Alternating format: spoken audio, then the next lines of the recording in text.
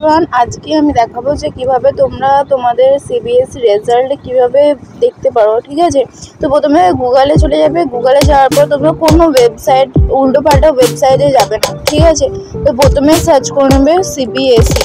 ওকে, তো সিবিএসই আসার পর দেখতেই পাচ্ছ তোমরা যে এখানে আমাদের সিবিএসই যে মেন ওয়েবসাইটটা, ঠিক আছে, এইখানে এরকম দিয়ে দেবে। তো সেই মেন ওয়েবসাইটে চলে যাবে। তো এটা টিপে দিয়ে দেখবে তোমরা এই জিনিসটা। তোমরা প্রথমে যদি মেন ওয়েবসাইট হয়, তোমরা এই মানে এই সাইটটা খোলার পর এরকম ওয়েবসাইট চলে আসবে, দেখতেই পাচ্ছ। আগেও হয়তো তোমরা বই কেনার ক্ষেত্রে বা এনসিইআরটি পিডিএফ দেখার ক্ষেত্রে তোমরা দেখে থাকবে। ঠিক আছে, তো এখানে চলে যাবে ঠিক সিবিএসই রেজাল্টে। সিবিএসই রেজাল্টে যাওয়ার পর তোমাদের ওয়েবসাইটে যখন খুলবে, যেহেতু এখন কিছু পরিস্থিতির জন্য তোমাদের এখন সিবিএসই এখন লঞ্চ করতে পারেনি তোমাদের রেজাল্ট, তো তবুও তোমরা একটু ওয়েট করতে পারো। ঠিক আছে, নাহলে কিছু করার তো নেই না।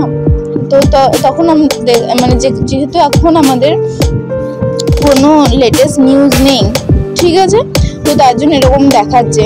কিন্তু তোমাদের যখনই কোনো নিউজ অফিসিয়ালি সিবিএসই থেকে লঞ্চ করবে, তখন তোমরা এখানেই দেখতে পাবে।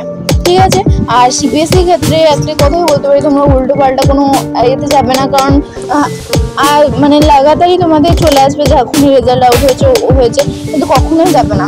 তোমরা দেখে নেবে সিবিএসই মেন ওয়েবসাইটে সিবিএসই যদি কোনো কিছু লঞ্চ করে থাকে, তোমরা তখনই দেখতে পাবে যে সিবিএসইর ওয়েবসাইট থেকে তোমরা পেয়েছো।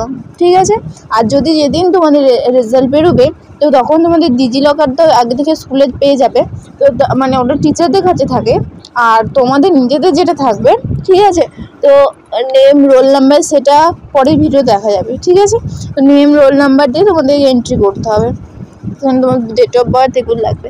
তো আজকের জন্য টাটা, এতটাই থাক। আশা করি তোমাদের ভিডিওটা ভালো লেগেছে। তো দেখা হচ্ছে পরের ভিডিও। বাই।